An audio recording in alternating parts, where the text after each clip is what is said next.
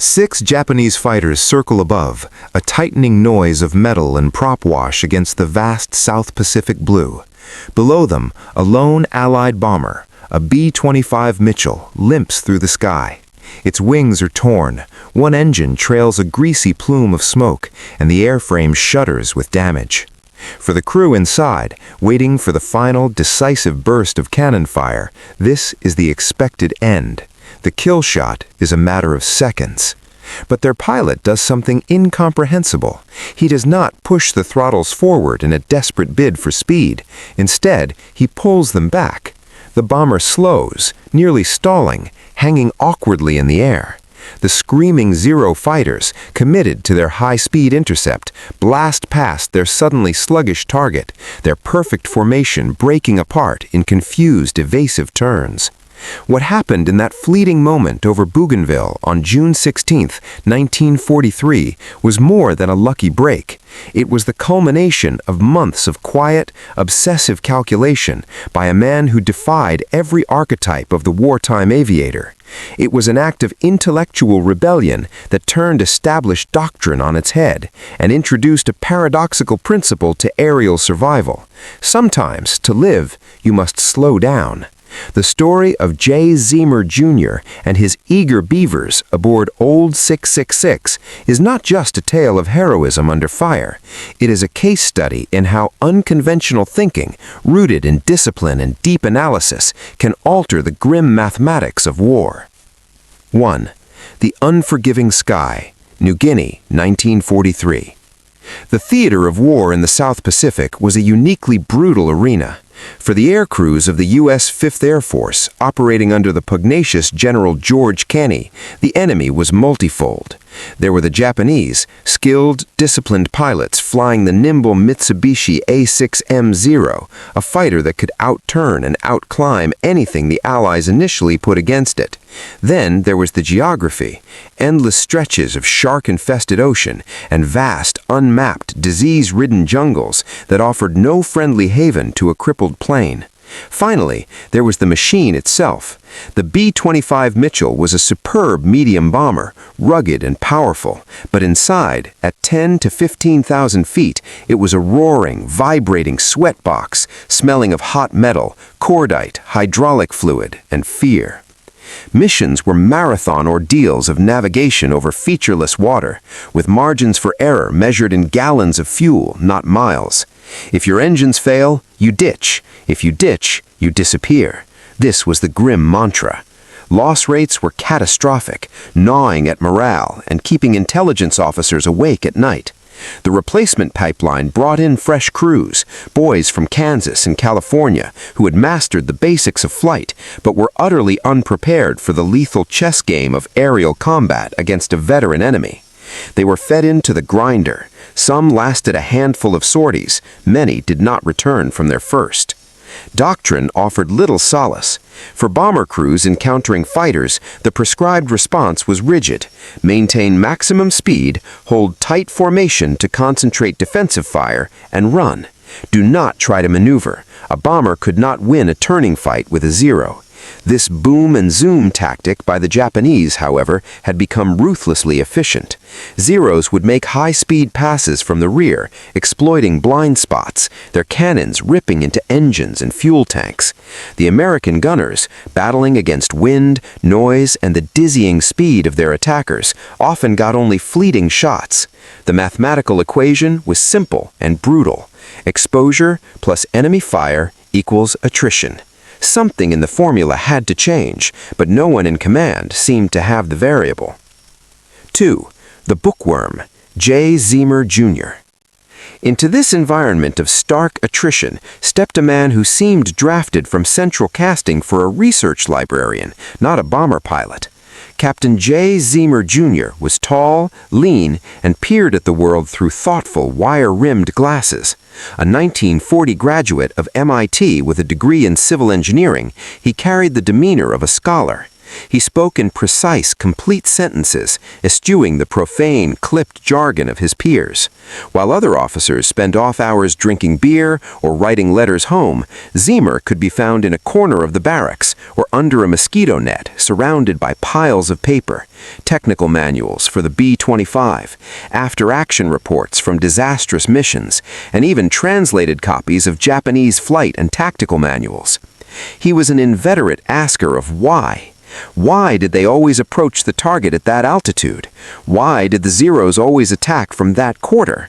What if, instead of trying to outrun a faster enemy, you changed the terms of the engagement entirely? To the traditional military mind, steeped in hierarchy and proven procedure, Zeamer's relentless questioning was at best irritating, at worst a sign of instability or cowardice. Fighter pilots were supposed to be instinctual, aggressive, and blessed with lightning reflexes. Bomber pilots were supposed to be stoic, steadfast, and obedient. Zeamer was none of these things. He was analytical, deliberate, and intellectually restless. He did not fit the mold. Consequently, the system marginalized him. Seen as hesitant under simulated combat stress and prone to overanalysis, he was shuttled from one squadron to another, a capable pilot perpetually in the role of co-pilot or spare, never given command of his own crew or plane. It was a quiet, professional exile. Yet, Zeamer treated each transfer not as a punishment, but as a new research opportunity. He observed different squadron leaders, noted what tactics led to safe returns, and which led to empty bunks. He kept meticulous notebooks, not of personal thoughts, but of data, fuel consumption rates at varying power settings, drag coefficients when certain damage was sustained, patterns in anti-aircraft fire. His oddness extended to his demeanor in crisis. Crewmates from later missions would recount with awe that Zeamer never raised his voice. When an engine caught fire over the Bismarck Sea, or flak tore a gaping hole in the fuselage, his reaction was not panic, but a calm, clinical narration. Number 2 engine oil pressure dropping, altitude loss approximately 200 feet per minute, compensating with trim. It was unnerving and ultimately profoundly reassuring. In the screaming chaos of a damaged aircraft, his voice was an anchor of pure reason. IV, the misfit crew and old 666. Frustrated with his sideline role, Zeamer took a radical step. He began volunteering for the missions no one else wanted, the long-range solo photographic reconnaissance deep into Japanese-held territory. These were assignments of supreme danger, often flown in cast-off aircraft, with no fighter escort and little chance of rescue if things went wrong. Success was measured in exposed film, not bomb tonnage. For a man seeking to understand the puzzle of aerial combat, they offered something invaluable: autonomy and the raw data of survival. To fly these missions, he needed a plane and a crew. The plane was found in a derelict B-25C, tail number 411246, a veteran of many battles, patched, repaired, and largely considered unfit for standard bombing missions. Zeamer saw potential. He commandeered it. With the begrudging permission of superiors who were happy to see the oddball occupied, he and a dedicated ground crew began transforming the airframe. They stripped out unnecessary weight. They added extra armor around critical stations. Most significantly, at Zeamer's insistence, they installed a package of forward-firing 50-caliber machine guns, transforming the nose of the bomber into a formidable battery. This was not standard. It was Zeamer's engineering solution to the problem of frontal attacks. The plane, christened Lucy, but more famously known by its radio call sign, Old 666, was reborn as a heavily armed reconnaissance fortress. His crew came together organically, a collection of men who, like their pilot, didn't quite fit the standard military image. There was Bombardier Joseph R. Sarnosky, a quiet Pennsylvanian with a steely resolve. Navigator Johnny Abel was a survivor, having already crash-landed in the ocean and swum miles to safety. The gunners and radio operators were often men who had been busted in rank, or cycled out of other crews for minor insubordination, or simply being different. They were, in the parlance of the military, screw-ups and hard cases.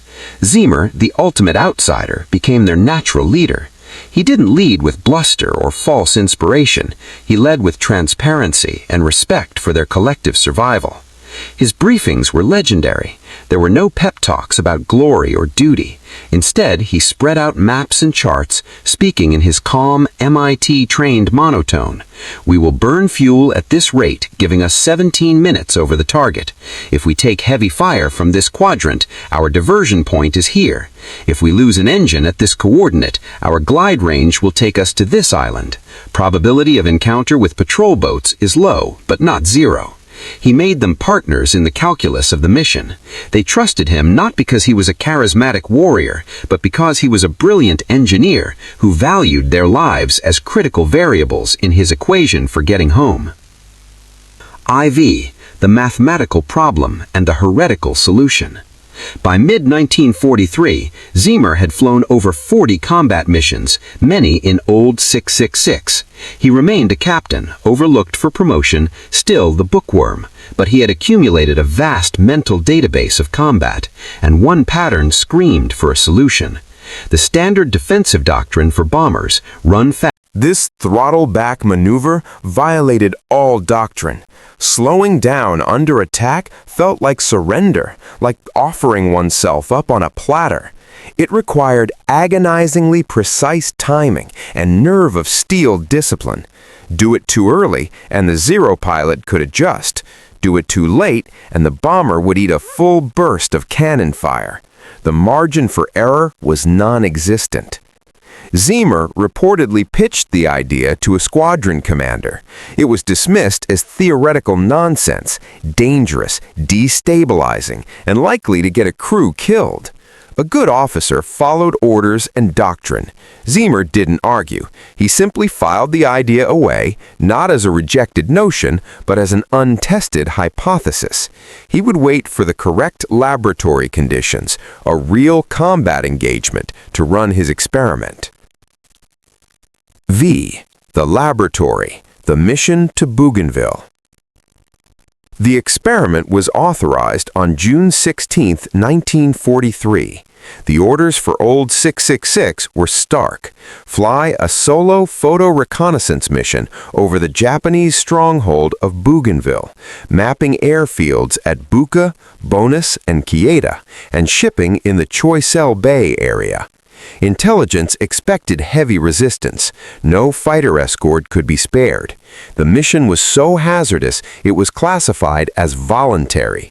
Every man in the 5th Air Force knew what that meant. Zeamer accepted immediately. His crew, briefed with the usual grim calculus, agreed without hesitation. They trusted the math. Before dawn at WWII airfield, Zeamer walked the perimeter of Old 666, personally checking gun mounts and fuel loads. The pre-flight briefing was all business: coordinates, camera settings, evasion plans. They took off at 4 a.m. into the dark, skimming the waves to avoid radar. The photo run over Buka Passage began at sunrise. As Bombardier Joe Sarnosky clicked away with the mapping camera, the first Zero rose to meet them, then another. Soon, 6 fighters, a full show tie, were circling, a wolf pack sizing up their prey. They held off, waiting for the bomber to finish its run and inevitably turn for home, the moment it would be most predictable. Zeamer held course, letting Sarnosky complete the job. The seconds ticked by, an eternity of tension. Finally, with the last photo taken, Zeamer banked Old 666 toward the open sea and pushed the throttles forward. The standard play. The Zeros attacked. The first pass was a blistering head-on assault, targeting the strengthened but vulnerable nose. Cannon shells shattered the plexiglass, wounded Sarnosky, and damaged instruments. The rear-facing guns drove the attacker off. Then the Zeros settled into their textbook pattern, coordinated, rolling attacks from the rear quarters. A Zero lined up for a classic killing pass. The gunner called the range: 600 yards, 500 yards, 400 yards. This was the moment. Instead of pleading for more speed, Zeamer called out throttling back. He pulled the twin Wright Cyclone engines to near idle. The B-25, as if hitting a wall of air, dramatically slowed. The Zero pilot, committed to his intercept vector, found his target suddenly not fleeing, but hanging almost still before him. He screamed past, his firing solution utterly ruined. For a beautiful, lethal 2 seconds, the Zero was a perfect, slow-moving target in the sights of the bomber's waist and top turret gunners. Tracers converged. Smoke erupted from the Zero's engine, and it spun away, doomed. The remaining Japanese pilots were visibly confused. This broke the rules of the game. Zeamer, a conductor of chaos, varied the tactic. Sometimes he throttled back. Sometimes he dropped a notch of flaps to increase drag. Sometimes he added a shallow turn. Each variation disrupted the attacker's rhythm. The Zeros, forced to constantly adjust, began making mistakes, overshooting, presenting their bellies to the American guns. Another Zero was shredded by concentrated fire. A third trailed smoke and broke off. For 45 minutes, the battle raged. Old 666 was being shot to pieces. Hydraulic lines were severed. An engine was failing. The oxygen system was destroyed. And Zeamer himself had taken shrapnel in both legs and arms. Joe Sarnosky, mortally wounded, had dragged himself back to his nose guns and continued firing until he collapsed. The interior of the plane was a shambles of blood, spent shell casings, and rushing wind. Yet the disrupted attacks had saved them. The Zeros, low on fuel and ammunition, finally broke contact. Through sheer willpower and skill, Zeamer and co-pilot John T. Britton flew the crippled bomber on a 5-hour journey back to base, navigating by dead reckoning as Abel, the wounded navigator, faded in and out of consciousness. They landed on one engine with no brakes and minimal control. Old 666 skidded off the runway and ground to a halt. It would never fly again. By late 1943 and into 1944, as American pilots gained experience and new superior aircraft like the P-38 Lightning and P-51 Mustang arrived, the tide turned in the Pacific Air War. The throttle back maneuver was just one small part of that shift, a testament to the power of adaptive thinking. It showed that in the complex, high-stakes equation of aerial combat, human creativity and intellectual courage could be the ultimate variables for success. The story of Jay Zeamer Jr. is a powerful reminder that heroes come in many forms. Not all are brash aces with dozens of kills to their name. Some are quiet thinkers, men with slide rules and notebooks who stare at a seemingly insoluble problem and dare to ask, what if we do the opposite? In the roaring, flame-streaked skies over Bougainville, Zeamer's calculated defiance of instinct did more than save one crew. It injected a vital element of cunning into a war of attrition, proving that the smartest move is not always the fastest. Sometimes it is the one that leaves your enemy rushing helplessly past, wondering what just happened.